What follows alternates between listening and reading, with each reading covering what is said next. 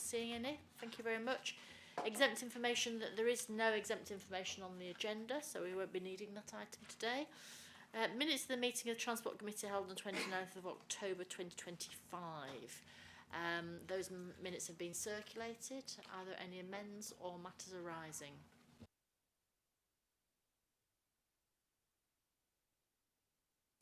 No. In that case, I'm happy to recommend those as correct record. Can I see all those in favour, please show?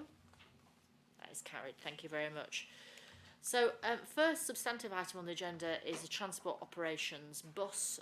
There's quite a lot in here, in fact, in the report, and we have bus operators with us here today. Before we start going through the paper, is it okay just to, if you could introduce yourself? So, because it's such a long way, it's a bit of an eye test, isn't it, to see if I can see your name badges. So it'd be great if you could just introduce yourselves as well to the committee. Thank you.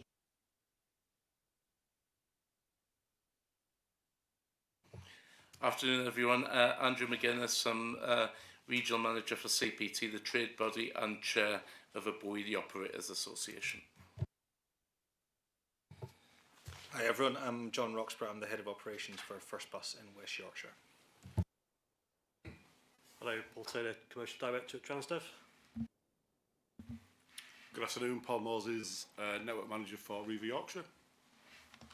Good afternoon everyone, Richard Hoare, Area Director for the North and Wales for Riva. Lovely, thank you very much. So, do you want to just outline the paper, Tim? Yeah, no, thank you, Chair. Yeah, so again, hopefully committee members are familiar with the format and structure of this paper. I'll take you through a couple of the highlights and areas of interest. It's also worth noting there is, under the recommendations, one specific recommendation which we are seeking support from members in terms of the Your Next Bus SMS service, so I shall come to that at the appropriate point in the paper too. So turning to the first section in the paper, in terms of bus patronage trends, again you'll recall from previous meetings and from previous versions of this paper that we have noted a decrease in patronage within West Yorkshire, and again 3.1 sets out some useful information in respect of that measure on the back of Department for Transport bus statistics, which were published at the end of November last year.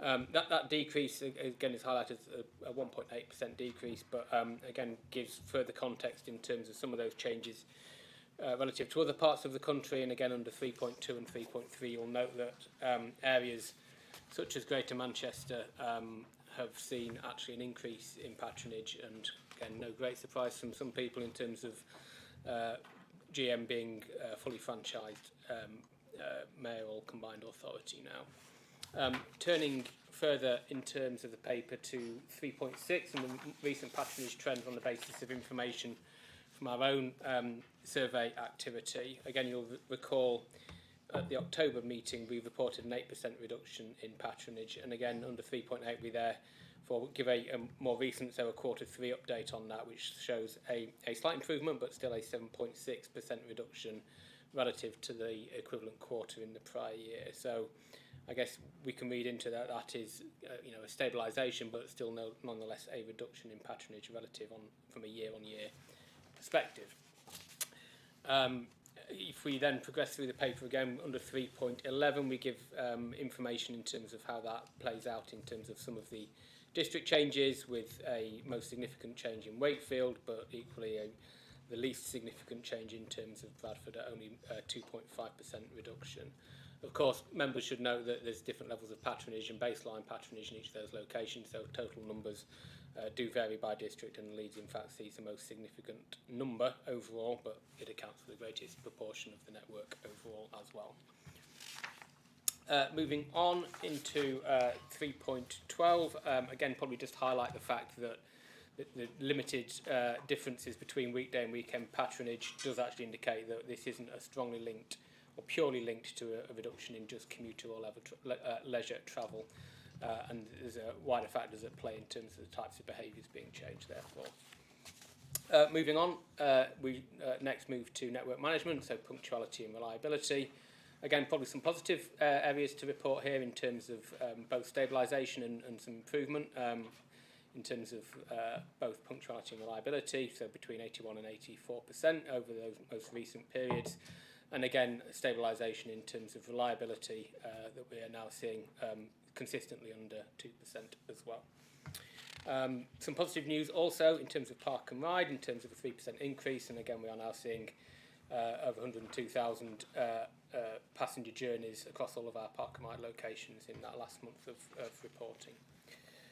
I shall move on next to timetable information. Again, so under 3.21 there's some further information around some service changes and our performance in terms of the management of that timetable change. And again, members might recall from previous discussions, we in early parts of 2025 were struggling to meet our own self-imposed deadlines in terms of production of information and distribution. It's reassuring to see that we've made improvements in that in terms of that most recent service change, and all of our timetables were either in place ahead of or by the date of change, both online and in bus stations, and in place within 2 weeks of the service change across all of Avon Street. Again, probably worth noting for members that clearly this is dependent and proportionate to the scale of the change. So a bigger the service change, the more timetables you have to change, and therefore the more challenging those targets are to achieve, but nonetheless an improvement on previous timetable and service change dates that went before in 2025. The next part, which is the section, so 3.23 through to 3.30, was the point I mentioned at the start of my introduction around the Your Next bus service. So it should hopefully be very apparent from the graph and the data included in this particular section that the amount of use of this service has gone down markedly from over 150,000 queries per month to just over 2,000 queries per month now. The supply that provides this service to the Combined Authority is withdrawing its provision from the end of March of this year, and in doing so gives us really no alternative in terms of an immediate way of providing a direct provision of SMS messaging. It does come at cost to the passenger. We've done a quality impact assessment which is included in the paper as well, but again welcome members' views once finished on our suggestion to withdraw this service. I'll not cover the travel to school policy implementation point because we've talked at length on that before. What I will do, however, is talk about some of the service changes included. So they are noted under 3.30. It's also worth noting that some recent changes in Bradford have been notified. I'm sure some members will have observed, and those changes have been registered for the May service change. However, the Combined Authority is committed to putting those services out to tender for them to be replaced with direct alternatives with no loss of service as a result. Last but not least, there was some information presented in terms of bus station transport and assets. Again, I won't dwell on these in any great length, but this is just intended to provide you with an update in terms of the latest asset improvement areas on things like Heckman, Wyke and Dewsbury, work in Huddersfield and Bradford as well. Chair, I think I shall stop there and happily open the floor to either comments and questions or questions to operators. Thank you. Thank you very much. I just have to obviously start with the one from my own point of view for Bradford, where the service changes have recently, obviously on Friday, Traffic Commissioner was notified of withdrawal of services before anybody told me about it, actually, which is a bit irritating, I have to say. But fortunately, West Yorkshire Mayor Tracy Braben was able to turn that round within 24 hours and said she was going to re-tender those services. So we're all grateful to the Mayor for that. But there does need to be some bit more thinking. We shouldn't be working in such a reactive environment. So I wouldn't mind your feedback on that first of all. But can I also see indications from colleagues who wish to ask a question? So I've got Councillor Davies, Councillor Courtney and Councillor Courtney. Yeah. Thank you.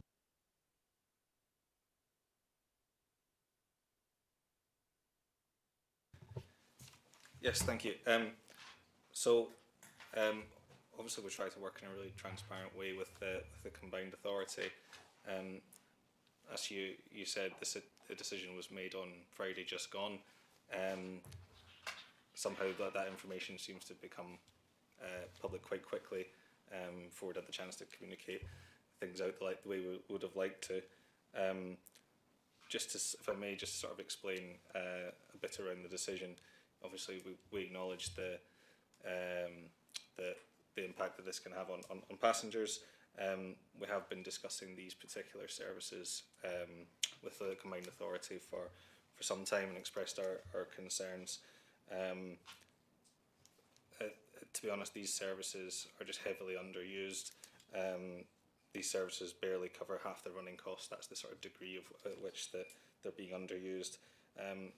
As a network in West and North Yorkshire, we run a number of services that are operated at a loss, but obviously we operate them because we understand the social need and value of those. But these services were particularly extreme, and we had to take action.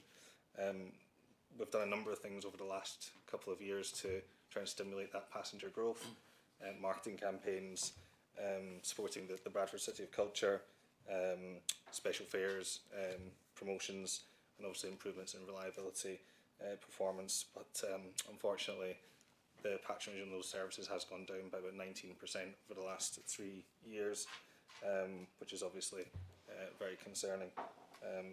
Obviously, the decision has been made to go to tender with these services, and we'll continue to engage as proactively as we can with the Combined Authority on that proposition.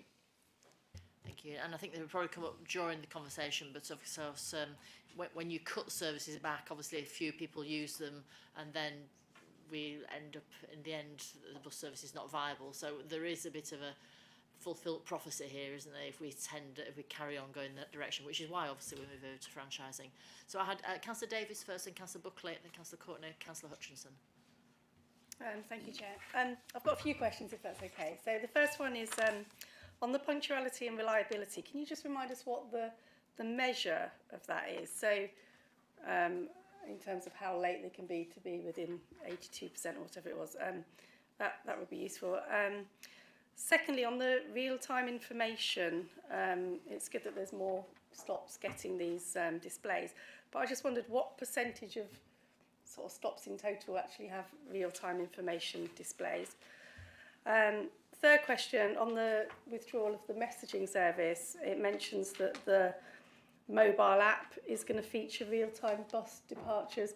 I just wondered when will that be in place before the withdrawal of the messaging service. Fourth point is on the school buses, the combined, the S64 and the S66 being replaced by the S69 for Titus Salt School. Can we have an assurance that if there is insufficient capacity on that bus, that a larger bus would be provided? Fifth question, Bradford City Centre bus infrastructure strategic outline case expected to be submitted in 2026. I just wonder, can you be a little bit more specific, because that could be next week or it could be December. And finally, bus stops and shelters. I raised at the last meeting about access improvements. I just wondered if there's been any progress on that. Thank you. So I was going to go to Councillor Buckley, but I think you better take those first. Tim, shall I start with you first? Yes, Chair, I'll do my best to answer each of those in turn. So in terms of punctuality, so the definition of punctuality, again, operators, please correct me if I'm wrong, I'm sure it's up to 1 minute early and up to 5 minutes late is counted as on time, and anything outside of that is counted as being unpunctual. Reliability, it simply is, did the service run relative to the timetable that it was intended to operate. In terms of real-time information, I don't have the precise percentages by hand, but we can share those after the event if we take an action for me to share those across members. There are around 14,000 stops and shelters across West Yorkshire there in total, so from a number point of view it's still relatively low, but again we have an ambition to roll them out more extensively, as I'm sure you'd expect. In terms of the app, so the real-time information on the app won't be in place before the withdrawal of this service. It is part of our longer term plans ahead of Weaver rollout from a franchising point of view, but it's definitely in there, and all of the information you can get via the SMS service is already available on the Metro website, but also available over our contact centre as well, so you can call Metro line and get the same information. So there are alternatives already in place ahead of the app, including that provision. On the Titus Salt services, we're going to monitor capacity like we do for any bus service at the moment, and we'll make sure that if there are capacity demands, we'll do something about it. I think that's only fair. Bradford City Centre, I don't actually know if we have a date. Dave maybe I'll transfer to that, so I'll come back to Dave in a moment. In terms of stops and shelters, we've done some age-friendly bus stop work in terms of looking at the environment around curb height, lighting and drainage, and as well about the information. We've actually got a leaflet that we can share with you direct about the work we've done in that space. And we also have an inclusive passenger information working group, which is looking at inclusive technology. And we are also finally in the process of establishing an accessibility design working group, which can do some work in this space as well. And Dave, on the interchange? On the interchange, we're in the process of commissioning activity to support not just the SOC, the strategic outline case, but the work beyond that. Strategic outline case itself, we're due to get a report on that by this summer, so I'd say June, July. I haven't got anything too specific at this stage. It depends on progress that's made on that. But there will be significant work as part of that, not least because there is a lot going on in terms of how we integrate bus, rail, mass transit, active travel, not to mention planning ahead for a new station in the city centre.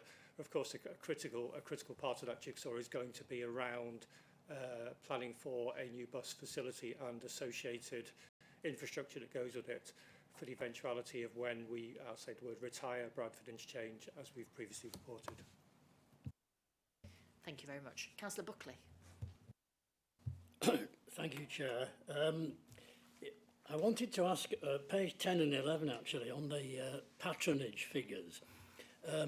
It's been quite a few years now that I've been on this committee, and I think at every meeting we've had reports of declining patronage.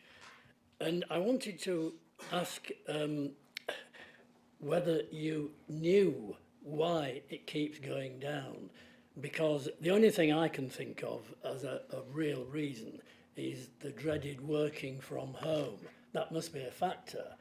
But it just seems to me that every large business must know why its turnover is falling, or its passenger numbers, its customers are falling. Could you throw any light on that, please? So before we answer that, let's just take a few more. Councillor Courtney? Yeah, thank you very much, Chair. So just on patronage as well, obviously there are fewer services running. I mean, in 3.13, it's quoted there that there were equivalent to approximately 17,000 fewer journeys made. So because there are buses that just aren't there anymore, then obviously there's going to be a reduction in patronage. You know, I think people can't catch buses that aren't there, and I think, you know, if you've got a reduction in service where you've maybe had 6 buses an hour and you get down to 5, it might not make a difference. But actually, if you've only got a bus service on one of the major routes that comes in and out of the whole combined authority area, that's only once an hour now, then people have to find alternative methods and alternative ways of getting to work or to school or to their training or to their hospital appointments. So I would sort of wonder whether some of it is just because there are just fewer bus journeys. Obviously, we also know that there's, you know, unreliability doesn't help and the weather doesn't help as well. But so I was just sort of like wondering how much is it to do with the fact that actually just offering fewer services as well. Thank you. Thank you. And Councillor Hutchinson? Thank you, Chair. The withdrawal of the C6 service to Crossley Heath School, it says that will be replaced by a commercial service with CTS, but CTS have confirmed that they are unable to run such a service from the beginning of September this year. So it was asking for meetings with officers to look at ways in which these children from a rural and semi-rural area can actually get to school, whether deferment of the date to a time when CTS can provide it, or some way of supporting that service until for the coming year. My second question, or comment really, was I'm yet to be convinced that with franchising coming along, Halifax Bus Depot will have the sufficient capacity to service the kind of service that we are intending to see once franchising is in place, and the cuts that have been made to services over the past 2 years have been addressed, that they can get by with half the surface area that will be the result of the sell-off of half of Halifax bus depot. And I would like to see the workings in the margin to show how it's been decided that that will be sufficient capacity. Thank you, Councillor Hutchinson. So there's a few things there. So for decline patronage, actually, first of all, I'll go to Arriva, because obviously you mentioned very much about buses being... Yes, I know, but obviously a lot of the reason the network has reduced massively because of the cuts in Wakefield is a point. So I don't know if Arriva wanted to come in on that before we go to the other operator. Happy to, Chair. I think if you take a national view of what's going on with patronage to start with, the comments that have been made are right. There's sorry. Hello. There you go. Sorry. I think if you take a national point of view of what's happened nationally since the pandemic, you're absolutely right. Passenger journeys have changed, working from home is much more prevalent, and we've seen that shift from what we used to class as the traditional peaks to more leisure travel, ad hoc travel, and then we've tried obviously as operators and within the industry to adjust the services and adjust the ticket offering to suit those demands and the passengers, and that's been really well supported by local authorities and DF2 with what they've done with the flat fare schemes.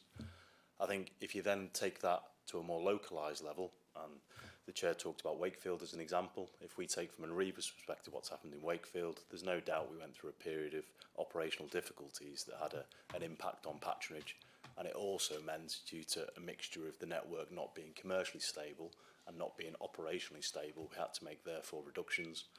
It's pleasing now that that's stabilised, and when we look at the passenger end year on year, even with the mileage reductions, that's stabilised. And what we're attempting to do now is to try and recover that network. So what you'll have seen in the West Yorkshire area now, we've made a £15 million investment in new fleet. That's now gone live.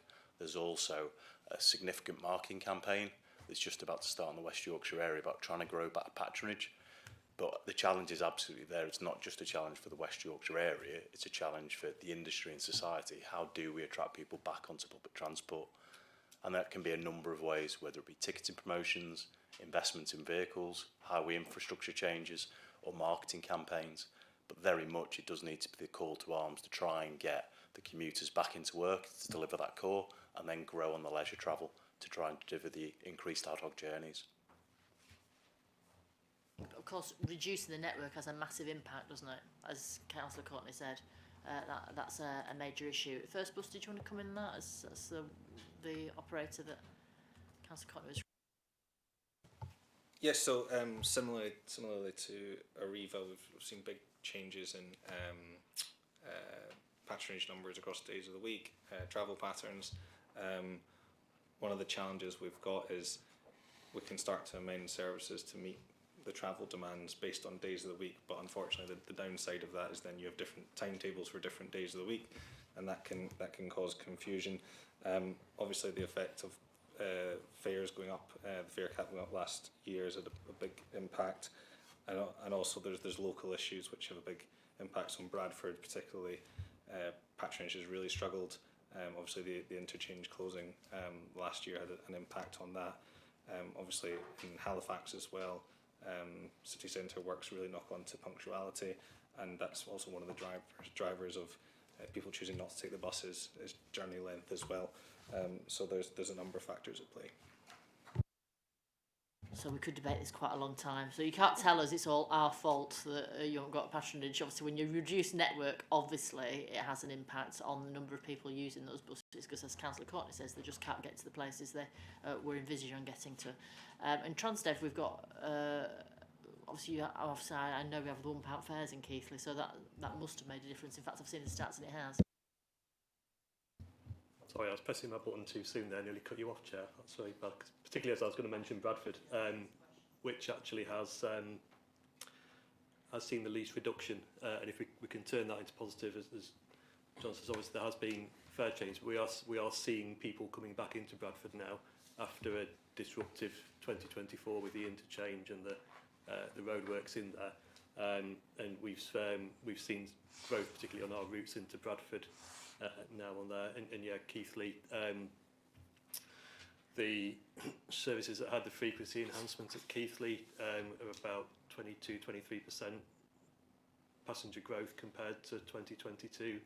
The Keighley lead service at 30% from a 50% increase in resource on there, and yeah, there is positives out there. So, but I think it's not a single cause. That's the thing. There are lots of things: frequency, price, reliability, availability of other options, external factors that drive all that. But yes, there are some good examples out there where we've had success. Yeah, and I think it demonstrates that some of the investments were made under BSIP, like the Superbus, has worked, hasn't it, really? And obviously we're hoping to get Wakefield sorted out with that as well. So there's lots there to go at, and I think we all accept there's no one size fits all, but we obviously don't want a learned helplessness, do we? We all want to make sure that we're proactive in encouraging as many people onto buses as possible. Just to go on to the school buses, obviously Councillor Hutchinson, Tim mentioned the C6. I'm not sure we covered Councillor Davies' question about monitoring the Titus Salt school bus as well. Just want to bring those into take it offline with Councillor Hutchinson. Well, in both instances, I'm happy to take both of those offline, particularly on the C6. Happy to come have a conversation. I've messaged my team already to say, can you please get in touch with you to have that conversation and make sure we've got suitable provision in place for September. In respect of your question on the Halifax depot, I've been assured that there is capacity there, but again, happy to show, I think to your parlance, the workings out in terms of our assumptions that we've made in terms of both fleet demand and capacity as well. We need to note that clearly an awful lot of that information is commercial in confidence, and we're going through a live procurement exercise, so we may have to pick a point in time where that's appropriate to do so, but nonetheless, we're happy to share that information when it's appropriate. I would just like to say that a planning application has been lodged for that site to build yet another drive-through coffee shop, which there may be a view as to which is most important to the area, a functioning bus depot or a coffee shop. And of course, that's a matter for the local planning team, but again, we're happy to have that conversation with colleagues in Coaldale. And we haven't got the franchising team here today, have we? So that's something a bit off-piste. Councillor Firth, are you indicating there? Can I just say, is anybody else wanting to speak on this item? Councillor Steele, Councillor McLaughlin. Right. Thank you, Chair. Just wanted to ask the operators while you're here. Later on the agenda, we've got safety on the network as a paper, but I'm just conscious you might have gone by then. Just wondering if you could tell us a bit about what data around safety and crime on the network in particular that you hold, and a bit how you hold that, and whether you are able and willing, or whether you already do share it with either the bus network or the combined authority. Before you come to that, let's just ask the other questions, which is Councillor Steele and Councillor McLaughlin. Mine's slightly more specific on the for first bus on the 34 that comes through Menston. It's been diverted several times because of parked cars on Cleasby Road and missed out the centre of Menston completely. I've had increased parking enforcement come round to visit the site, and there's we're getting more poles with traffic restrictions put up there. But can you guarantee that there will be no plans to just miss out Menston completely from the route? And also, how much of a problem is it for the bus service generally in parking? Preventing buses getting... Before you come back on that, I've just got Councillor McLaughlin and then we'll... Thank you, Chair. A couple of points, just building on what Councillor Firth has just asked about the bus operators and safety. Could you also elaborate as part of your answer what training you give to your drivers about how to handle safety situations on board? We've got a paper coming up which talks predominantly about bus stations, but antisocial behaviour and crime and intimidating behaviour and all those other things can also happen on the bus journeys, and they're much harder to monitor and police. So could you please advise us how you train your staff to deal with those, because usually it's only the driver that's present on the vehicle. But just turning to the SMS system, it's It seems a no-brainer that if the operator's pulling out anyway, it would not be a cost-effective use of funds to try and create a new version of a system that's in a 99% decline in usage. But could I ask that we make sure that for those people, still a few hundred of them, who do use the service, who presumably don't have access to a smartphone, could we make sure that the Metro line number is advertised on the bus stops as prominently as the text service is advertised? I can't recall if it is or not, but with the new bus stops that we're putting in that have only got the display and no paper case, what do we do if the screen's broken, for example? But also, is it possible to perhaps, there's probably a GDPR reason why we can't do this, but we've got these people's phone numbers, could we send them a text to say, by the way, this service is no longer going to be operational in March, or if we can't do that, maybe a bounce back on the number saying this service is no longer useful, here are all the other ways you can access real-time information. Thank you, Chair. Thank you very much. So could the operators, and Andrew, perhaps you want to start on this, about the safety element from a trade point of view, about safety and training. So this is something that this committee has asked quite a few times about safety on public transport, and it seems to be gathered in different places. And obviously we're going to come back to it with colleagues later, so I don't want to go completely into the item. But as you're here now, could you just answer those questions that Councillor Firth and Councillor Cloughlin? I'll cover the training element. So a piece of work that's currently underway is CPT is leading on behalf of the industry some training materials around prevention of violence and intimidation against women and girls.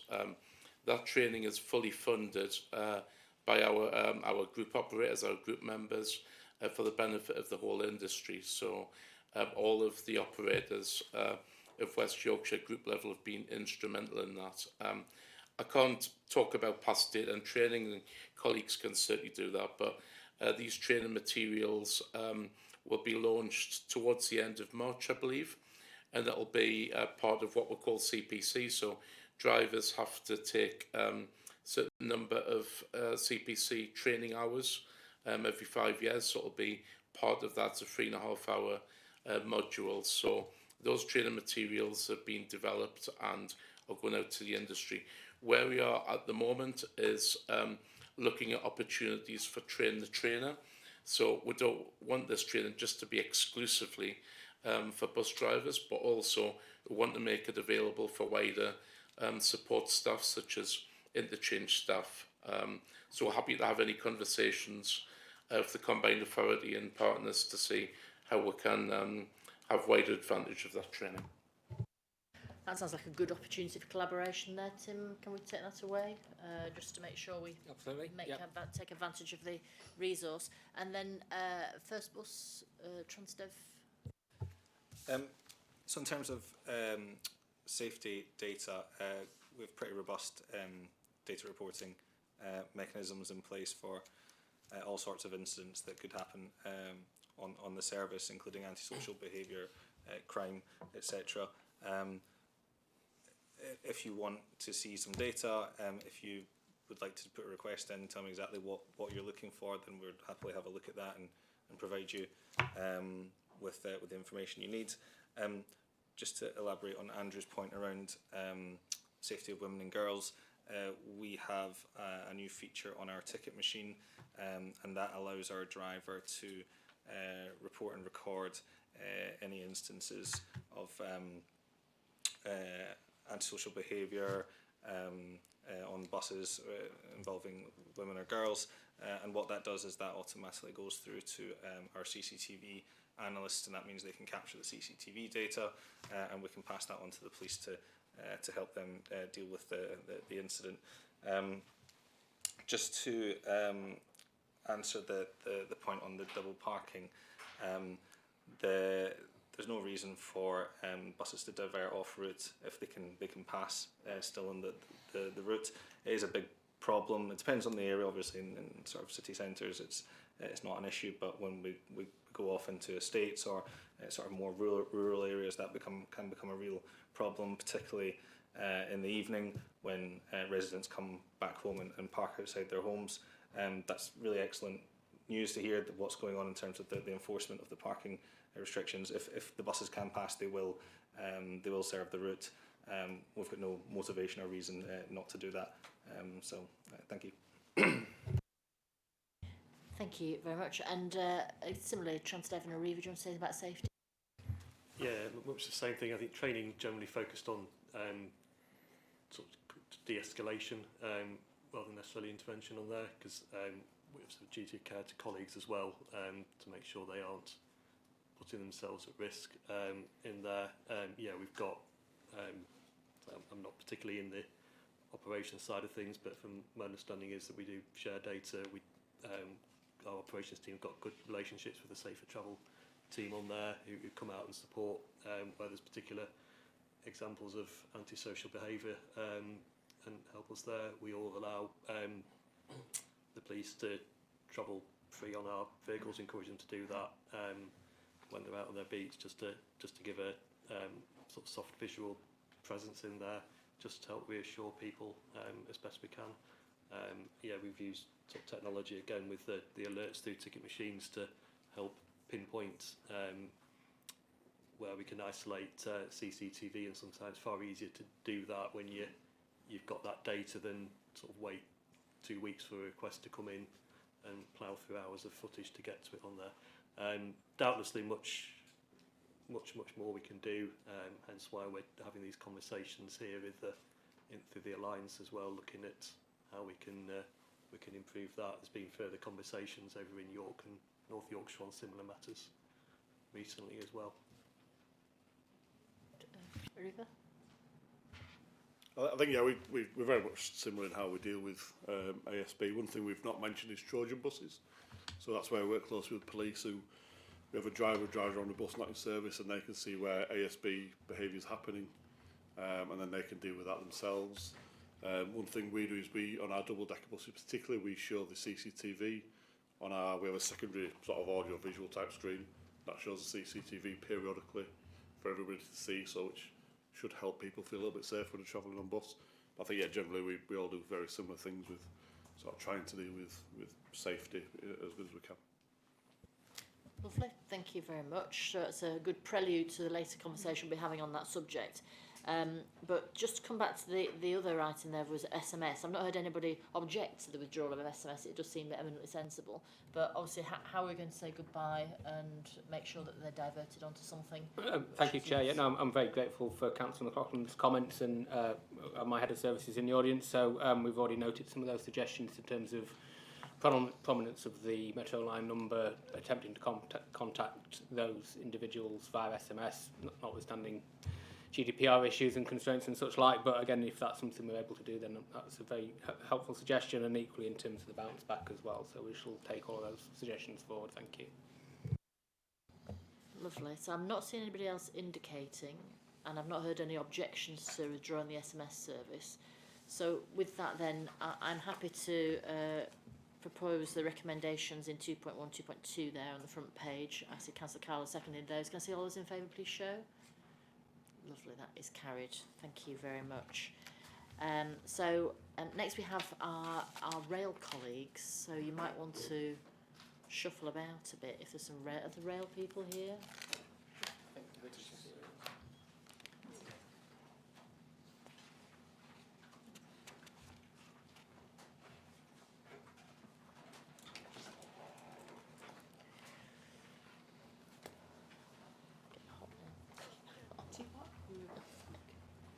Turn it down. Hot enough to take the scarf off inside.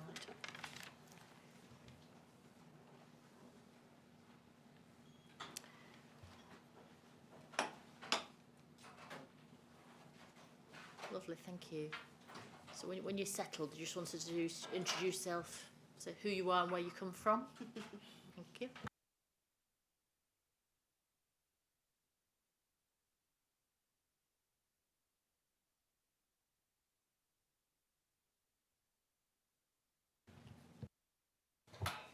Hi, good afternoon everyone. I'm Rachel Marsden. I'm Stakeholder and Development Manager for TransPennine Express.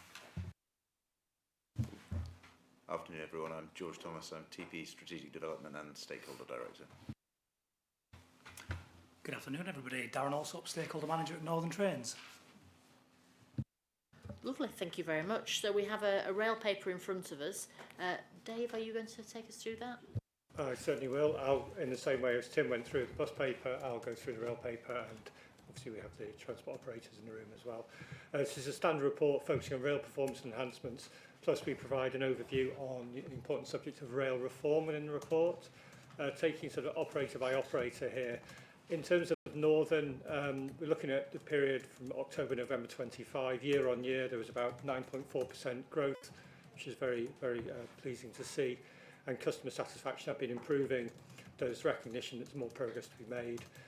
Other positive, punctuality has declined slightly, but nothing that I suspect is too much to be concerned about. Leeds Sheffield Fast Shuffle has been introduced, which is a very positive step forward for rail users in the region.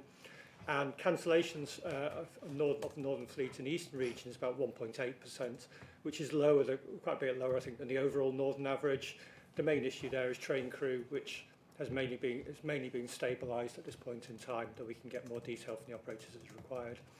In terms of TransPennine, there's been a patronage decline for the same period of 8.1%, but before we worry too much about this, a lot of that was attributable to the TRU activity, TransPennine route upgrade, particularly the 30-day block, which covered a couple of weeks of that period.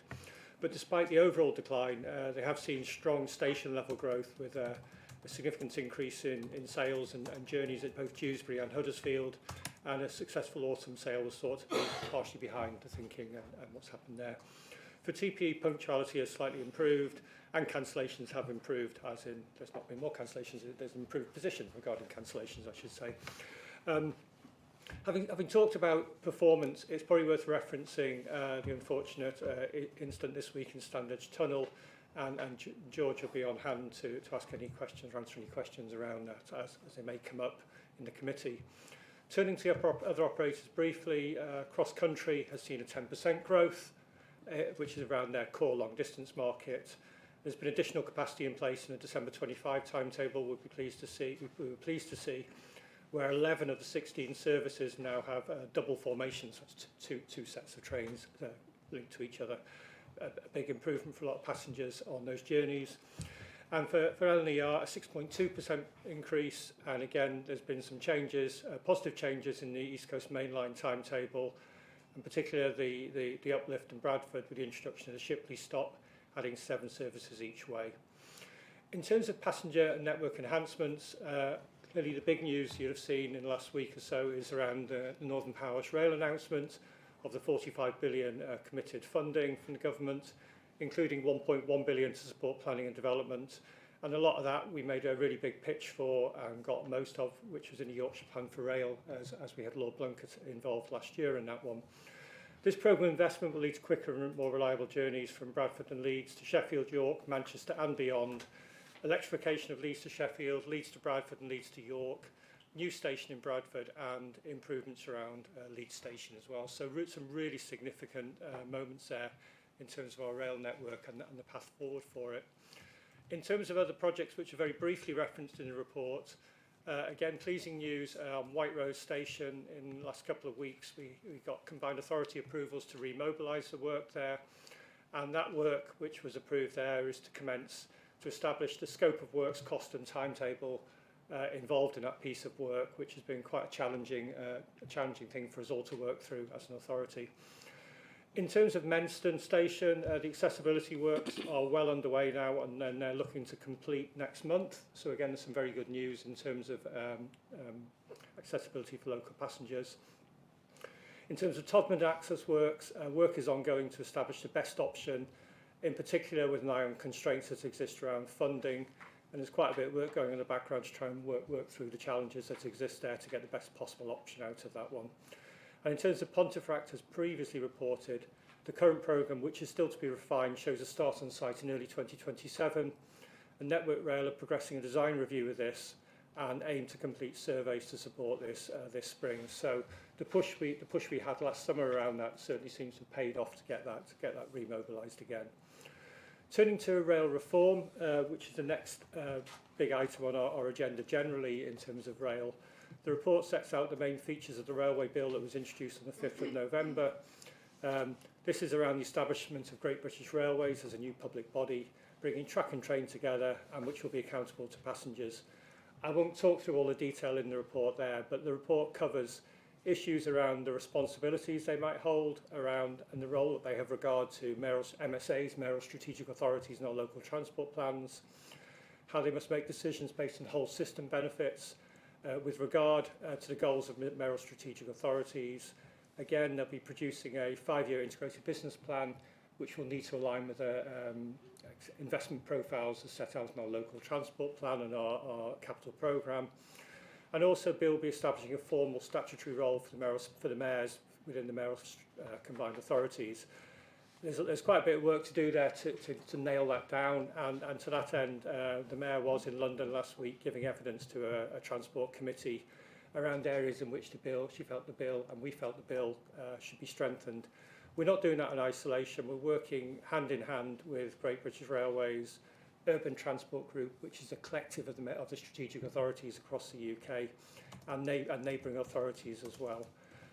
We're not standing still, though, while we wait for GBR to be formally established. We've got work streams set up so we can see delivery over the next 2 to 3 years, looking at multimodal integration, and we have been working very closely with the train operating companies and Network Rail to align investment on that front.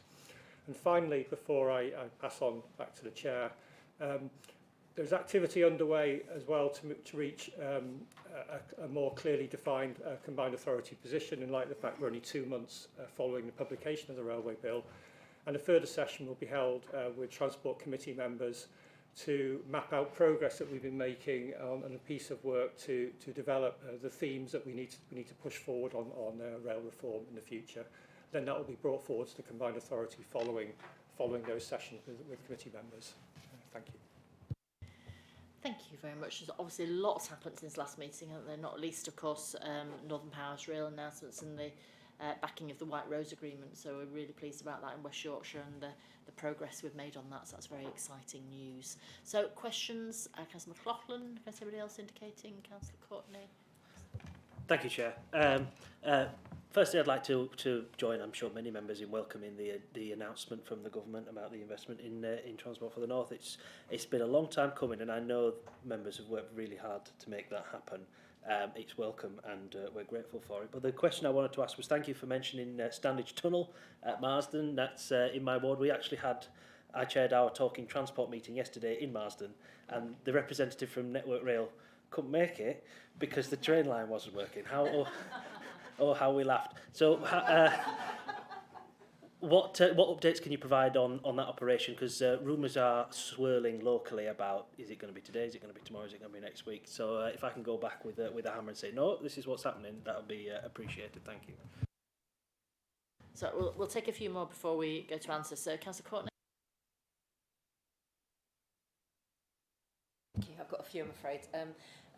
Brilliant news about increase in Northern Rail train patronage. We've had some very good figures in Calderdale, Halifax notably, and other stations in the Upper Valley. It's brilliant to see people really using it, and I think a lot for leisure as well as for work. So that's really great. And if you could pass some of that magic on to the bus companies, that would be amazing. However, just a couple of things. So the new Bradford station, just really please make sure that that's connected to the Calder Valley line. I mean, that's so that we can really take benefit of that coming through to Calderdale, so that that would enable journey times to be improved in the upper through sort of Halifax and Upper Calderdale. In terms of, I would just ask about Sorby Bridge, about frequency of trains stopping at Sorby Bridge and Mythenroyd.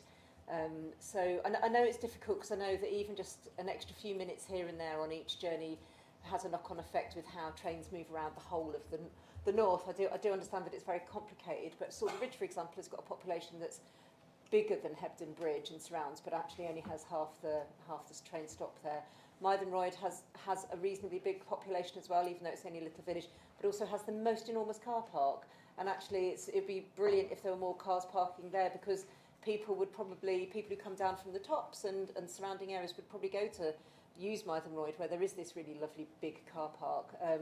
If there were more trains stopping there, that would be really helpful. And then rolling stock. So obviously one of the problems we do have because of the increase in patronage on the railways, which is brilliant, but we've got some trains are very, very crowded. And I know that you've got plans to increase the rolling stock, and I understand that there is a shortage of rolling stock across the whole country. But if we could have some more rolling stock before 2030, that would be hugely appreciated. And just finally, with the level, I can't go without asking about the level access project at Todmorden. Just if there's any sort of rough timescale at all, if you could just throw us any crumbs of dates, it would be hugely appreciated. Thank you. Thank you. So let's answer some of those before we go on to further questions. So first of all, Standage Tunnel. I mean, it was going to open the following day, then the following day, and the following day. I thought it was opening tomorrow, but perhaps I'm wrong on that. There's been a few emails come out on that. Does anybody have the up to minute? George. George, my understanding was it had opened this morning, but I'm a bit worried about the question because I'm now starting to doubt myself because I've not actually been through it yet. I got an email saying it was imminently going to open. I can't remember what it was though. And I believe there's something in the press this morning said it would be open today, but again, I've not been through it personally, so I can't vouch for that. So we hopefully you had no emails today, Councillor McLaughlin, which suggests that that's what happens with residents. They complain about something and they don't say when it's sorted. So perhaps it's sorted now. That would be good if it is. But obviously, do you want to tell us a little bit about any learnings from that or any action that will need to take in the future? Yeah, so I think just to give people who haven't sort of maybe seen some of the detail, a recap on what's actually happened. So road rail vehicle inside Standage Tunnel caught on fire. Sort of the temperature of that fire reached about 900 degrees before the fire services could come and put it out. So the result of that has been that the bricks within the tunnel wall have started to fail. So effectively, when you get in there and tap them with a hammer, the brick disintegrates, so obviously not safe to run trains underneath it. So what they've spent the early part of the week doing is putting in place a mesh which supports the rest of the tunnel. So obviously there's going to need to be an investigation into what's caused the fire and what could have prevented it. I think from a passenger services point of view, we've been able to run a large number of our services via the Calder Valley. It's not been quite as slick an operation as it would be if we'd have done that on a planned basis, because all the other trains are still in the same position, so we were not able to offer quite that quality of service.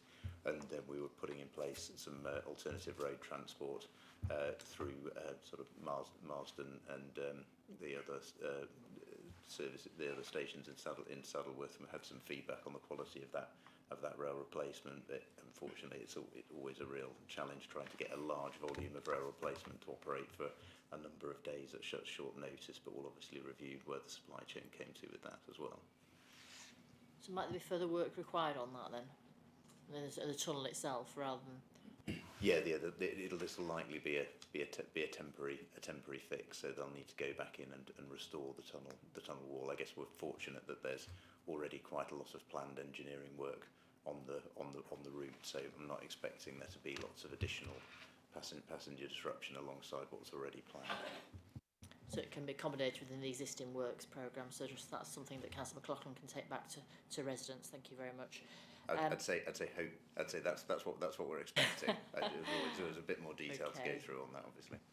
Okay, lovely. Thank you very much. And just sort of moving to Northern, there's quite a few questions there to you from Councillor Courtney there about Soberbridge and Mytholmroyd, rolling stock. And obviously, I think we've all noted the increase in passengers across the north on Northern, which is great to see. I don't want to say a little bit about that to start with. Yeah, I'd like to thank Dave as well for the report. It's always nice to see favourable reports which are positive, and the 10% customer increase is good, and that just shows that the performance improvement helps and gives customer confidence, so we appreciate that. I think the Calder Valley is so important to Northern, as is everywhere else, but it's really, really tricky because customers would like to get from Leeds to Manchester and Chester really quickly. So adding more stops obviously is a challenge. So we try to look at that and monitor that with the demand that is available. So we'll continue to do that. The train plan as it is where we'll remain. I take on your point about Mytham Road, that car park is rather large, and a really lovely active community group as well. So that's really favourable. The rolling stock position is 2031 probably before we see the new trains. There is a shortage of Cascade units within the UK. Everybody would like to have more trains, and we would like to have newer trains because our older trains do require higher maintenance than we would like. And the Calder Valley actually is adversely affected by the 195s at the moment, our new trains, our newest of our trains, and they've not been as reliable as we would like. So we're working with CAF to try and improve that, but you'll have seen some of the trains are shorter than we would have liked with carriages, which again doesn't help with customer confidence because of overcrowding. So we're working really hard with CAF and our engineering fleet, but we can't get away from the fact that we need new rolling stock, and that sounds a long way off, 2031, but it really isn't in real industry terms. And I think your other point was on the Access for All at Todmorden. I don't have the latest. Network Rail have taken that on as a scheme, but what I can commit to do is giving, I'll forward that to Dave, and he can cascade that to you all about the latest position from Network Rail. Thank you very much. And just to go on to NPR and benefits to Calder Valley. Yeah, I think that's a really, really key point. I mean, getting involved now in the new Bradford rail station, we've done a lot of work in the last year around getting to a point where we're close to preferred options for what that's going to be. And it's been interesting, I think, in the discussions that have taken place with government around the NPR announcement, it's been quite clear that there's an expectation that we will be supporting and working with the rail industry to look at how we can maximise those benefits of NPR, including connecting into new railway stations, and that would include looking at what connections into places like the Calder Valley line will do going forward. So that will form part of our work activity over the next year, 18 months. Thank you. So more work to do. I'll come back to the Todmorden thing because I think Councillor Steele might be asking a similar question. Councillor Steele, do you want to come in, then I'll go to Councillor Davis.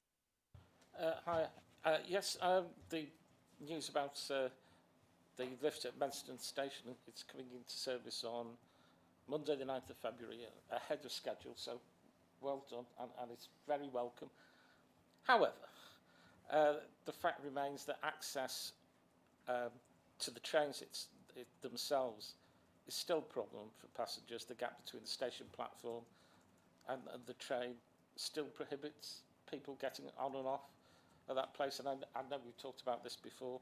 A local resident helpfully suggested the use of a Harrington hump on the platform to improve access, and they, I believe, have been successful in other areas of the country. Could you commit to a feasibility study into this method of raising the platform and a cost estimate, so we could perhaps look for some sources of funding for it if it was feasible? Thank you. So, Councillor, just turn your microphone off. There's a microphone, thank you. Councillor Steele is educated as something called a Harrington hump. So you nodded a little bit when he said that, so you probably know what that means. Is that something that's feasible to use in West Yorkshire? Many conversations with the councillor regarding Manston, and I was quoted on a previous committee in the press that Manston isn't the worst station, so I'm not going to say that today. But accessibility at Manston is going to be improved by the lifts and overbridge, which is superb and really welcomed for accessibility. The height between the train and the platform is higher than we would like. It doesn't have level boarding, for example, but the platform is old and the infrastructure does require that updating. Harrington humps are probably not the best option at Manston because we have multiple different types of trains where the accessibility area for wheelchair access is in different locations. But I'm absolutely happy to commit to working with our project team to see what is or what may be possible at Manston. So I'm happy to commit to that, Councillor Steele.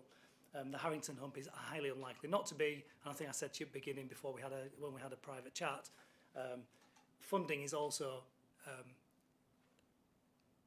a challenge, but I will commit to that, looking at that with the property team and come back to the committee. Thank you very much. I'll ask Councillor Steele to follow that up perhaps after the meeting with yourself, Darren.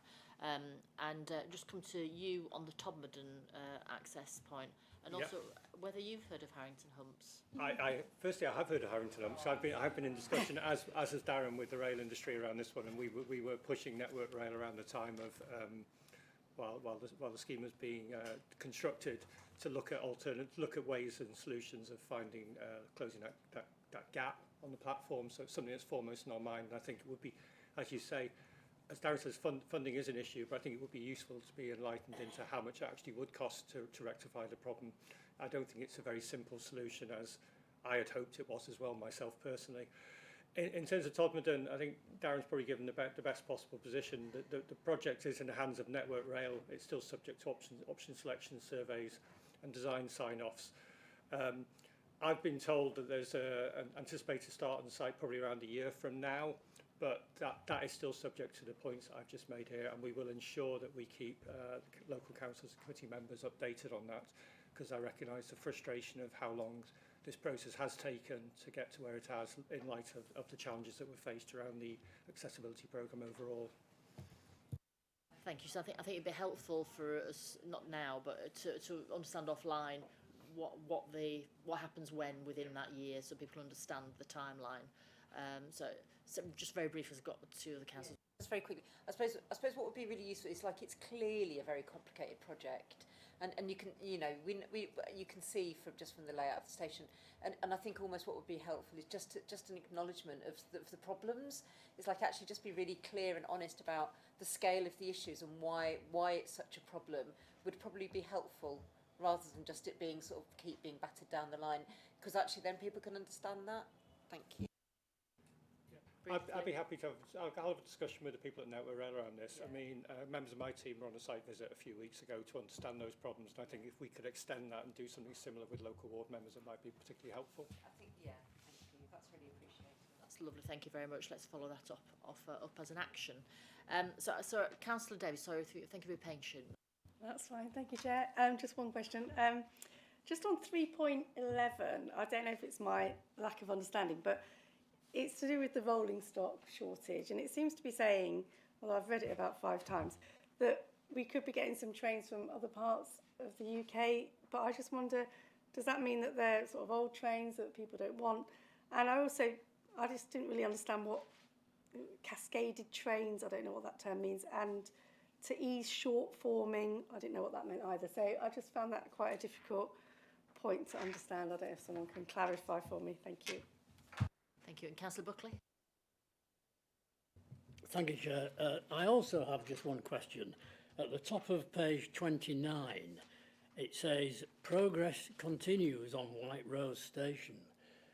And I just wonder whether you should give some indication about this, because notwithstanding the confidentialities, does it continue? Yeah, I think that was covered quite extensively, wasn't it, at the Combined Authority meeting, but obviously I don't know who's best to give an update on that, and then we'll address Councillor Davies' question. I'll give an update now, and then I'll let Darren pick up on the rolling stock issue. On White Rose Station, it's quite clear at the Combined Authority meeting, while there were exempt items which are commercially confidential, the main report did set out very clearly, and I can provide copies of this as required, that there's activity now being mobilised, and that will take the form of a combination of Network Rail being commissioned to do the work required to get a contractor to be on site and to understand the costs and timescales around that, but also we'll be working closely with our district partners, Leeds City Council, around getting some early works brought back to Combined Authority for approval around highway and access to the station. So there is a very strong commitment from Combined Authority members to take that project forward, and we have been working very, very closely with the rail industry over the last period of months to make sure that happens as well. And then questions from Councillor Davies there about short forming. That's fewer carriages, more services. There you go. Yes, so Northern Trains have an ageing fleet. Some of our trains are over 40 years old. As you can imagine, maintenance, if you had a car that was over 40 years old, we would probably need the larger maintenance regimes or better regimes. So our procurement for new trains is around about 450 new trains. They're going to be late 2030s into the mid 2030s. So what we need now is to improve our fleet and the reliability of that, but the cascade comes from older trains across the industry. As I said, there is a shortage of cascade units. So Transport for Wales, the ones that you're referring to, Transport for Wales have got some what I call a 158 train, and they come off lease in 2027. Now, most of the industry would like these 158, so it's not as simple as saying Northern Trains will get them or want them. We do want them, and it would really aid our fleet, but they are not new trains. And the short forming is, if we advertise that we're going to run 4 or 6 carriages, and part of that train is broken or our engineering is, needs higher maintenance levels, we will send a 2-car or a 3-car vice this 4 or 6, which again then reduces capacity, increases the risk of overcrowding, and then doesn't allow our customers to have that confidence where we'd like them to be to return to rail. Does that help? Yeah, that's great. Thank you. Lovely, thank you very much, Darren, for that. I'm not seeing any more indications on this, or have I missed anybody on rail? No? No, well, thank you very much, in fact, then, for our rail colleagues. And we'll move on to the next item then, because that was just for noting, wasn't it? I don't think we need to do anything on that. Oh, somebody's saying something? George, you want to say something? Sorry, it was only since the topic of rolling stock had come up. I just wanted to update the fact that that like Northern Transpennine is also doing a new trains procurement. So we've got a decent level of capacity to cope with the current levels of demand. But obviously, with the Transpennine route upgrade coming along, we're both going to have to change the type of operation we've got. So move over to electric or multi-mode trains, but also run with greater frequency, so we'll need more trains for that. So that's all going through at the moment, and we hope to make an announcement later in the year about what that's going to all look like. Lovely, thank you very much. I hope so, yes. So there's a big demand, and you are talking to each other about rolling stock, aren't you, as well? So that's a Rail North collaboration. Okay, lovely. Well, all it says in the report is for noting, so we've noted that. Thank you very much, and thank you for coming. And we move on. Next item is local transport plan, which this committee has looked at on a number of occasions, and this is the last time I think it comes before it goes to the combined authority and all the local authorities for sign-off. Is this you? Oh no, it's Helen, sorry. Thank you, Chair. So, yeah, as Councillor Hinchcliffe has just said, the LTP is coming here, hopefully for the final time for endorsement ahead of a proposed adoption at the Combined Authority on the 12th of March. The second recommendation, which was for noting in the report, informs this kind of endorsement to allow for Transport Committee to note the outcome report from the consultation, and which has informed the next steps we've taken. So Transport Committee, and thank you again, have helped us shape the LTP, which is setting out our new policy framework for transport, and through the vision and the engagement and we did under the principles last year. We then followed this up with a statutory consultation following the engagement in 2024. The 12-week statutory consultation undertaken last summer has helped shape the revised version of the proposed draft, which is included as an appendix to this paper that we are putting forward for adoption in March. The outcome report, which supports it, sets out a number of areas where we have taken feedback from the public, but overall sets out a high level of support for the proposed local transport plan. In summary, I guess kind of the main changes that we've done since this has been published through the consultation, the main changes that are in this version as part of these papers is that we've reflected the updates on the devolution bill and the integrated settlement, just making sure the local transport plan is current to the environment around there. A little bit more on climate adaptation and biodiversity, and just making sure our policy framework reflects this area. This was one area we were a bit light on before the consultation. We've also strengthened our narrative and our case for change around carbon, and our framework and our position and narrative around our cross-boundary movements. they're kind of the main areas we've looked to kind of improve and develop on. But moving from the policy framework which we're taking for adoption to delivery, this paper is also just setting out how we're moving towards developing our next programme for our 5-year settlement of Transport for City Regions funding, which is part of the wider integrated settlement for which we move into from April.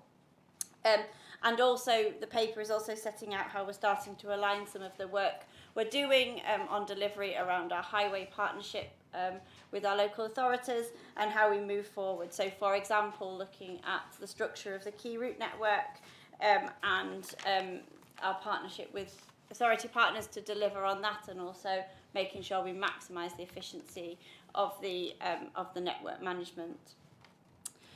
It's also just worth noting in that context that government have released guidance recently around pavement parking as a proposed amendment to the devolution bill, and the highway maintenance condition ratings, and these are all feeding into how we look at our future programmes for delivery. And then finally, the paper's just picking up on how we have previously set out that as one of the next stages of the local transport plan, we will be required to do a vision for active travel, and this is in line with our requirements for Active Travel England to ensure we maintain our capability rating through there. Alongside that, we, alongside your officers, are working to develop our next round of local cycling, walking infrastructure plans, and this is all helping again to form our pipeline. So what we're bringing here today is asking for endorsement of the local transport plan to go ahead for adoption in March, but also just noting the wider work that's going on, developing and moving from a policy framework through to actually areas of delivery, next steps. Thank you. Thank you very much, Helen, and thank you for all the work that yourself and the team have put into this. I know this is something that's been, lots of consultation, lots of iterations, lots of presentations, so it's good to get to this state, because obviously this is a key document, isn't it, going forward around our conversations with the government about local transport and about what everybody thinks are the priorities in West Yorkshire. So a really important piece of work for us. Any questions or comments, Councillor Hutchinson? Thank you, Chair. Regarding the pavement parking powers that will be coming, my understanding is that the powers will be held at combined authority level, but enforcement will take place at highway authority level. I just wondered, whether you designate a blanket-wide, area-wide ban on pavement parking, as there is in places like London, or whether it's going to only be applied to certain streets or certain sides of the street. How will the local intention actually be conveyed and reflected by the mayoral policy? Thank you. Councillor Davis? Thank you, Chair. Yeah, 2 questions, if that's okay. Just about the consultation outcome report. Was it about 800 and... I've got 862 in my head responses, but I didn't actually write that down. And do you think that was a good return, if that was the case? And over half came from Leeds, and Bradford was very underrepresented. Just sort of comments on that. And secondly, there was quite a bit of opposition to the workplace parking levy, working with planning for denser housing developments near high capacity transport routes and mass transit. And I just wondered whether those opinions will be listened to and anything to come from that. Thanks. Thank you. Councillor Buckley? Well, actually, following on from Councillor Davis's question, on the workplace parking levy, we were told in Leeds that the whole point of this proposed charge was to help pay for the tram. And now the tram is off for 10 years, which in my book means off. Now that it's off, will the workplace parking levy be cancelled? It's very mischievous, Councillor Buckley, so you know jolly well it's not off. It's definitely very much on.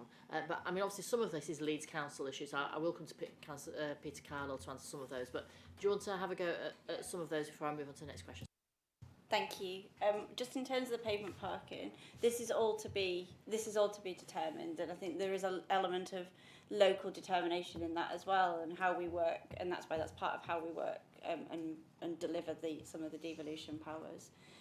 What's being put forward at the moment is a proposal, but then it's about how that comes forward as a full amendment. Just on the consultation, there were 2,700 responses.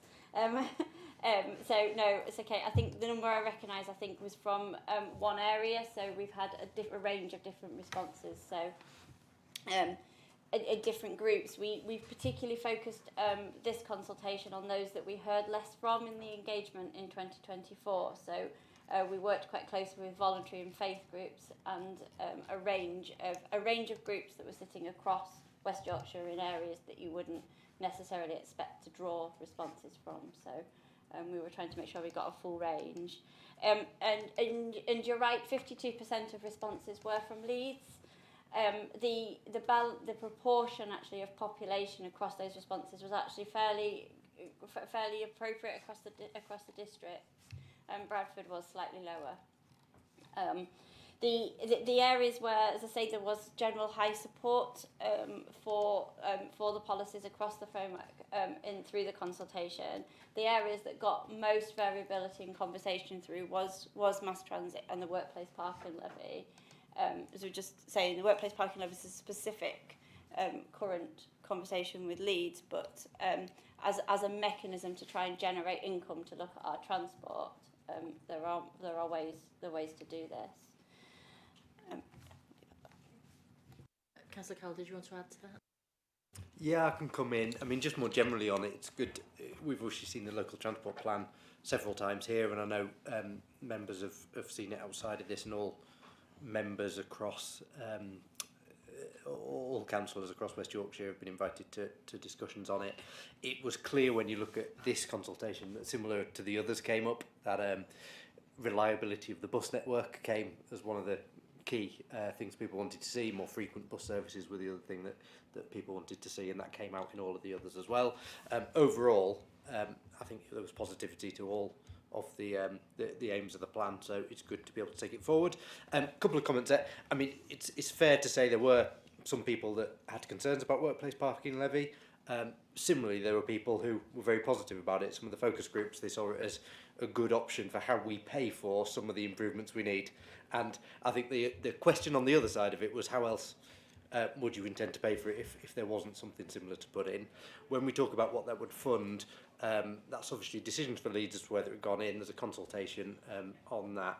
But it did suggest that things such as mass transit and improvements to bus following franchising could be things that the workplace parking levy could then be put towards.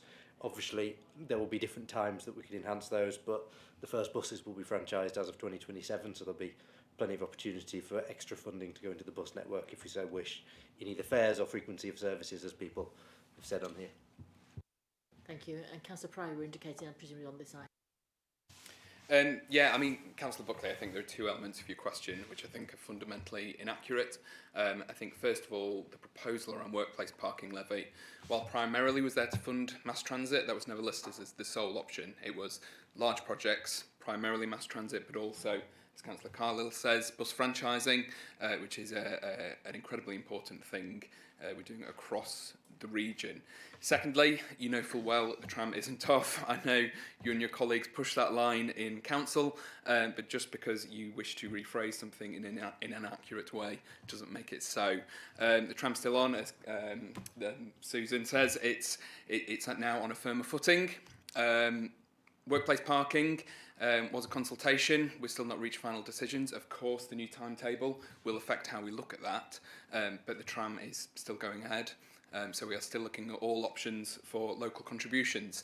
It's worth noting, I mean, I know you've criticised kind of those local contributions. We've not yet heard anything from you in Leeds about what an alternative for a local contribution might be. So I look forward to discussing that in full council at some point. Lovely. These are very exciting times for transport. It's great to see this transport plan encompassing all those, with all the investment that's coming in. You know, it is going to be absolutely game changing for the region. So, as the mayor says, let's deliver. Councillor Courtney, I think you were indicating. Can I just see is anybody else indicating this item? If I'm missing anybody, no. So just Councillor Courtney, the last. Thank you very much. Yeah, and thank you so much for all your team for all of the work on the local transport plan. It's so important because transport really underpins so many other policies, whether it's economic, health, culture. It's all of these things are all sort of, transport. I think is a real golden thread that holds everything together. So it's really appreciated, and actually it's been really useful for us in Calderdale as well. And we've sort of created a daughter document, if you like, in terms of our own transport strategy, very much based on the model of the local transport plan. So and that's really useful for us as well. So a huge thanks, and we're taking that to Cabinet, I think, on the 9th, and then full council on the 11th of February. So really looking forward to getting that endorsed as quickly as we can. Just a couple of things.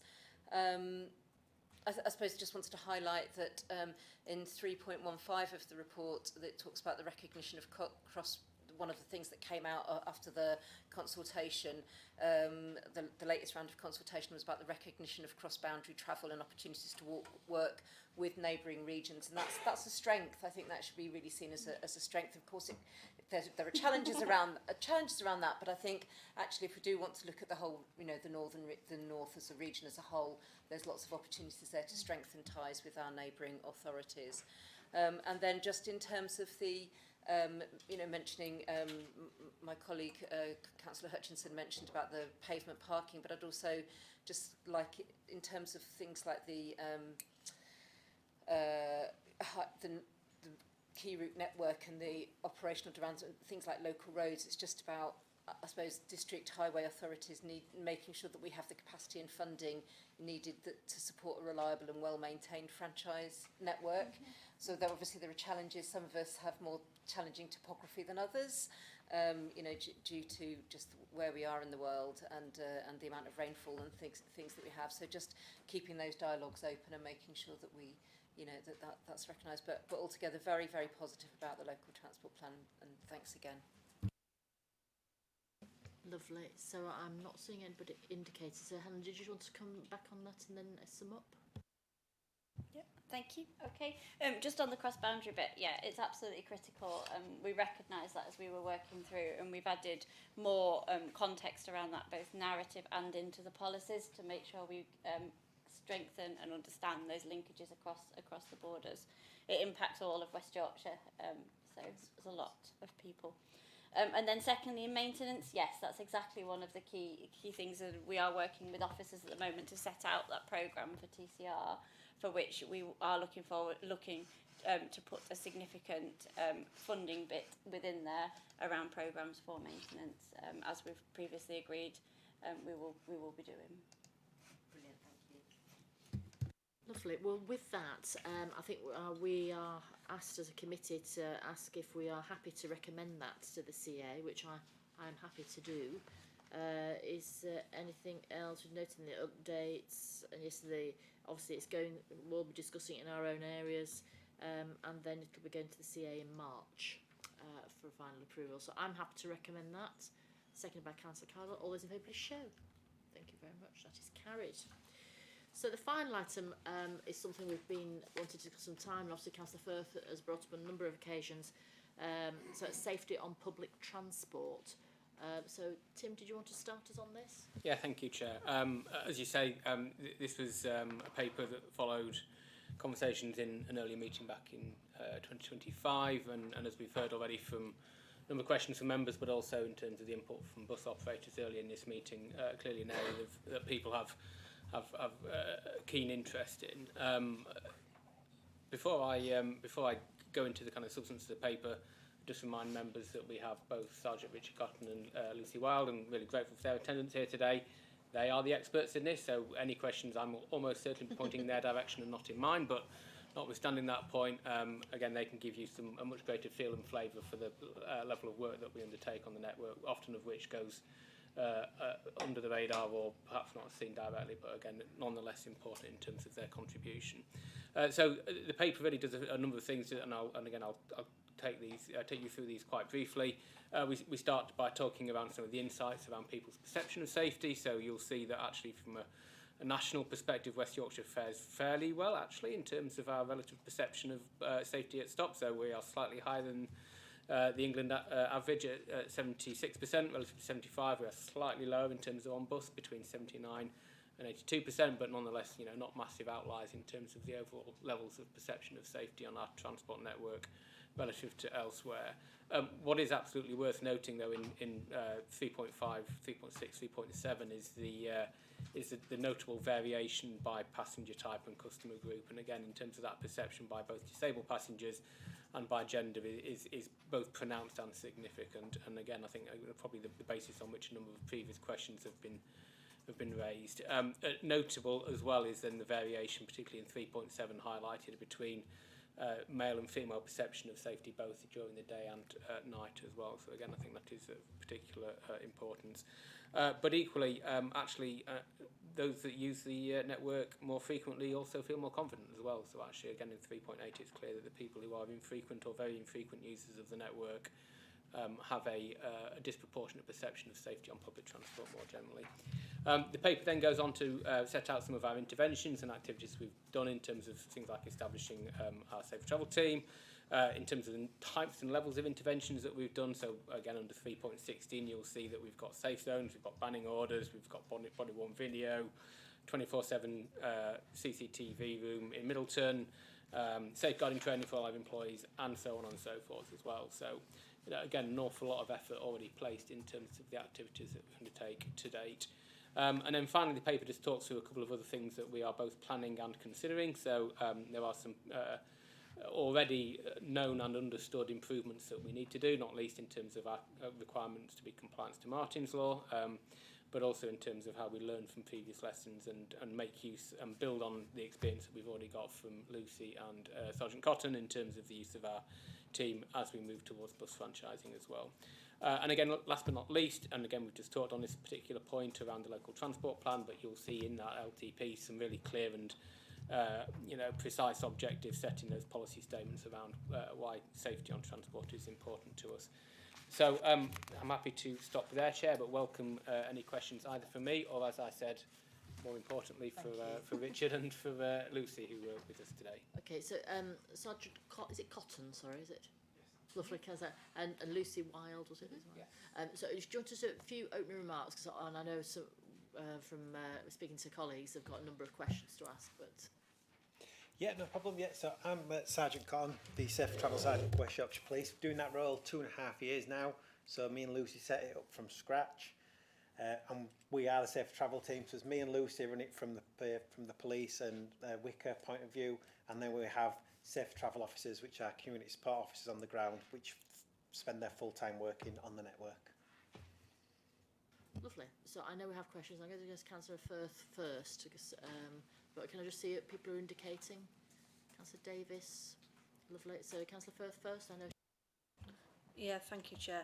Yeah, I've got a few questions. So I just wanted to ask about the report. So obviously we've looked last year around perceptions of safety, but what I was hoping for more was data around actual crime, because the question was, is this perception correct? So how much crime is on the network? And I can't see that we've got much of that in here. And I don't know whether we keep that data. And it was a bit of a question earlier to the operators as well, and whether police record that data about how much crime is actually taking place on the network, what kind of crime, what are the police doing about that, what are we doing about that, and yourselves.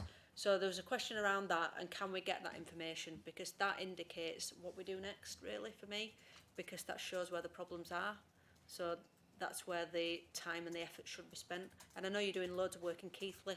That was raised at a meeting last week with the inspector in Keighley, and how much of a difference that your team is making. So we know there are differences being made in our communities, but I don't think that's necessarily reflected enough in this paper. So that's my first question. My second question is around safety through design, and particularly lampposts have been mentioned, and I know it was mentioned in the LTP as well. That is a particular issue for local authorities, I know, in terms of budgets and built environment. And I wondered whether Wyker would consider maybe widening the Mayor's Fund around designing out crime to include this kind of thing in specific locations and around bus stops, for example, whether that could be considered. And the other thing is around safer parks and what a great piece of work that was, and how we've seen actually in Bradford district women and girls particularly designing part of a park, and that been really successful, and whether there's some research that can be done like that around the transport network across West Yorkshire. So something similar to safer parks, but maybe about safer travel. Thank you. So I'll go to, regarding the design stuff, do you want to cover that, Tim? And then I'll go to Sergeant and Lucy. Yeah, so in terms of the data, I'll perhaps leave Lucy and Richard to comment on. In terms of the safer design, absolutely, there is absolutely a need to, and I think the paper recognises some of the great work that's been done in terms of safer parks as well, both by the CA and by local authority partners. I'm happy to look at whether or not we can commission a piece of work like you've described. I think it's probably going to be particularly important when we start to roll out our Weaver network stops, making sure that stops, the bits for which the local the combined authority are responsible, are complemented by public realm assets that help make that a better place. Clearly, we need to work in partnership because, as you will well know, the combined authority, you're not responsible for those assets directly, but nonetheless, actually, how do we make them work in tandem, I think will be important. So happy to take away that as a specific action. Thank you.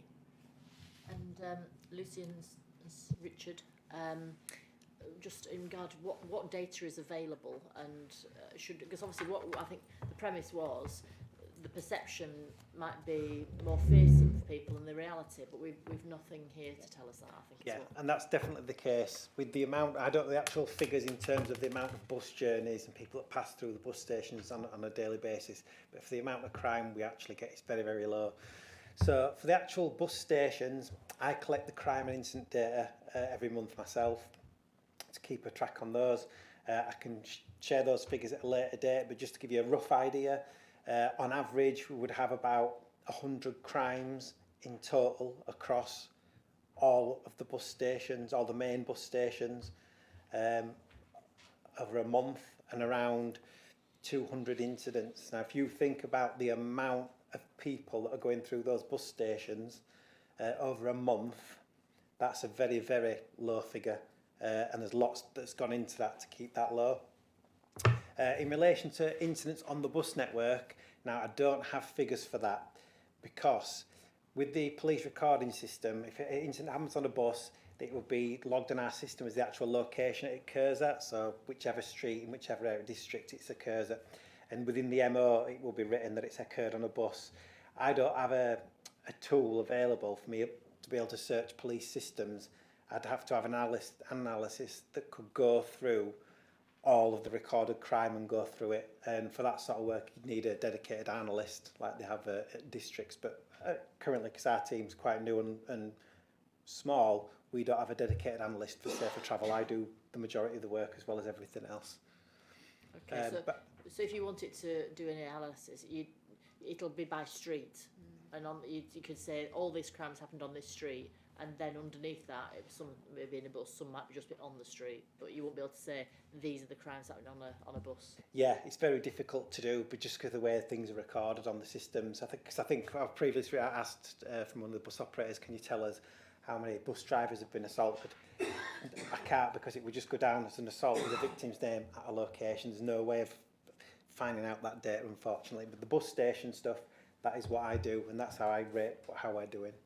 So I think what we're thinking is perhaps we need to include the operators more in this conversation. Yeah. From what We do. There's perhaps some more work to do afterwards. We do work really close with the operators. So me and Lucy meet them monthly, but now they've got our details, they get in touch with us almost on a daily basis. What they love is, previously, before we had our safe travel team in West Yorkshire, if a bus operator had a problem in a certain area, it was so difficult for them to find out which MPT policing area come out, who to get in touch with. But the bus operators now know through us They just come straight to me if there's an issue in a certain area, and then I can task my team to wherever it is. So the bus operators really like our current setup, and we work closely with them. They do a lot of engagements, events and all sorts of stuff with us. Thank you. Councillor Davies, you want to ask a question? Thank you, Chair. Just two questions. One about the table about how confident people feel travelling in the dark, basically, which is massively different to during the day.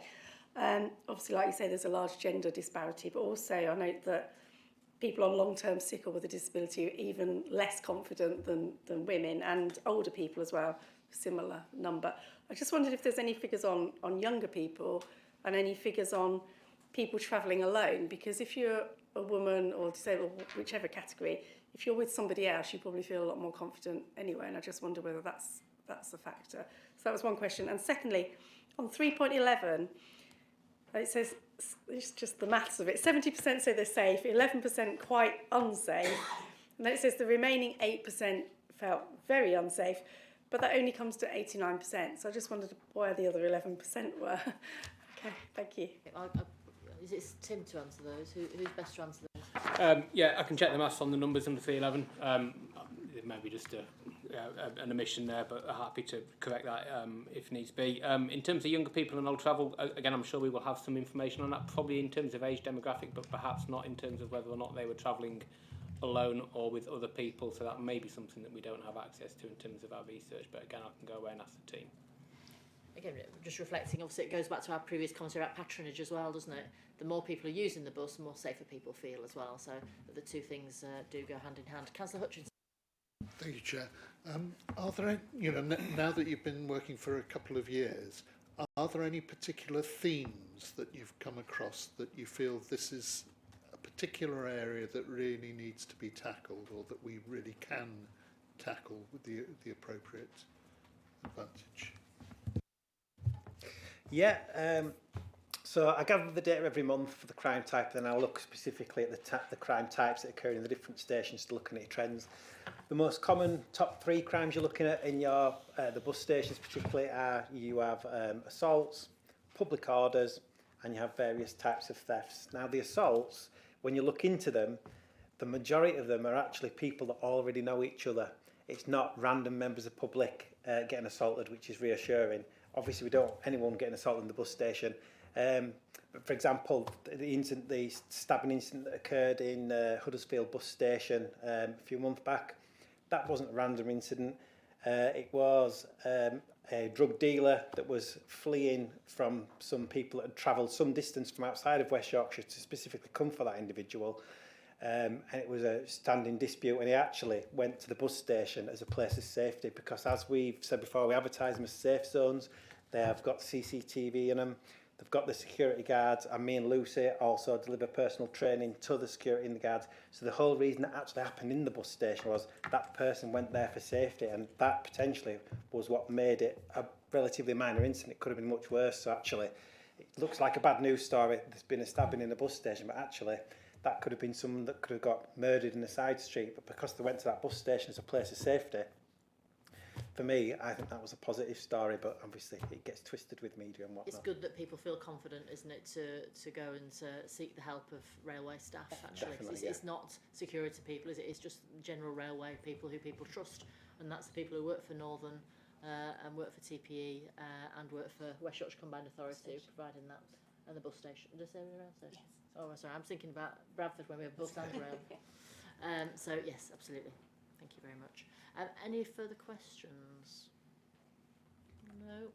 Well, one thing I think we would probably like to take this work a little bit further forward. I mean, I did speak to Councillor Carl beforehand to say that we could prevail upon him to do something in the Bus Alliance context with the operators there, perhaps yourselves, just to get under the data a little bit more and understand that a little bit. And if members have got further questions or want answering through that process, perhaps put them through to Tim and Peter, dare I ask, and then we can raise that in that context, just to make sure we do everything we can on this issue, because we do hope, as you suggest, that the perception is actually people are fearful a lot of the time, but that is not actually borne out in the reality of the data. But we don't really have that in front of us today, so I think we really need some reassurance on that, and then we can give those messages out to the public and make sure they realise that actually as a lot of experience on the West Yorkshire transport network, it is quite a safe place to be, and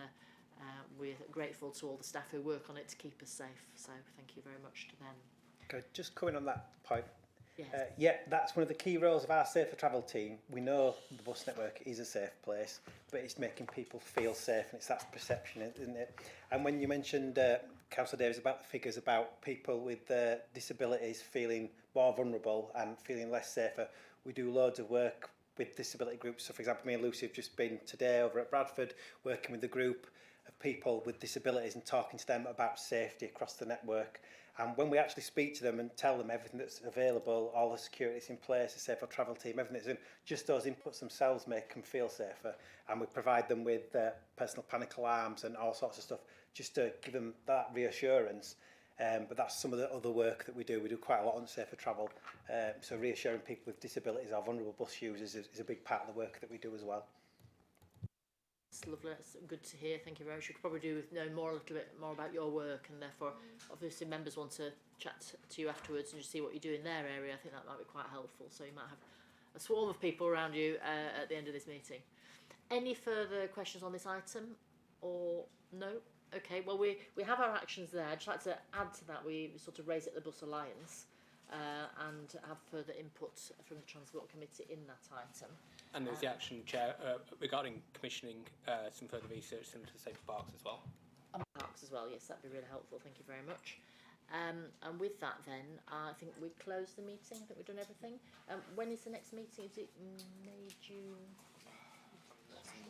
It's in a few months' time. I can't give the exact dates as we stand here today. It's in May. It's in May. Yes, Councillor. You said about safer parks, Tim. I think we talked about safer travel network to build on the parks research rather than... Using that as an example. In a similar vein to the Safer Parks research, to do similar but transport related. Yeah, absolutely. Thank you. 28th of May. Thank you very much. I'm being told now in stereo. Not knowing it at all before. So lovely. Thank you very much. Thank you very much, everybody. All the best.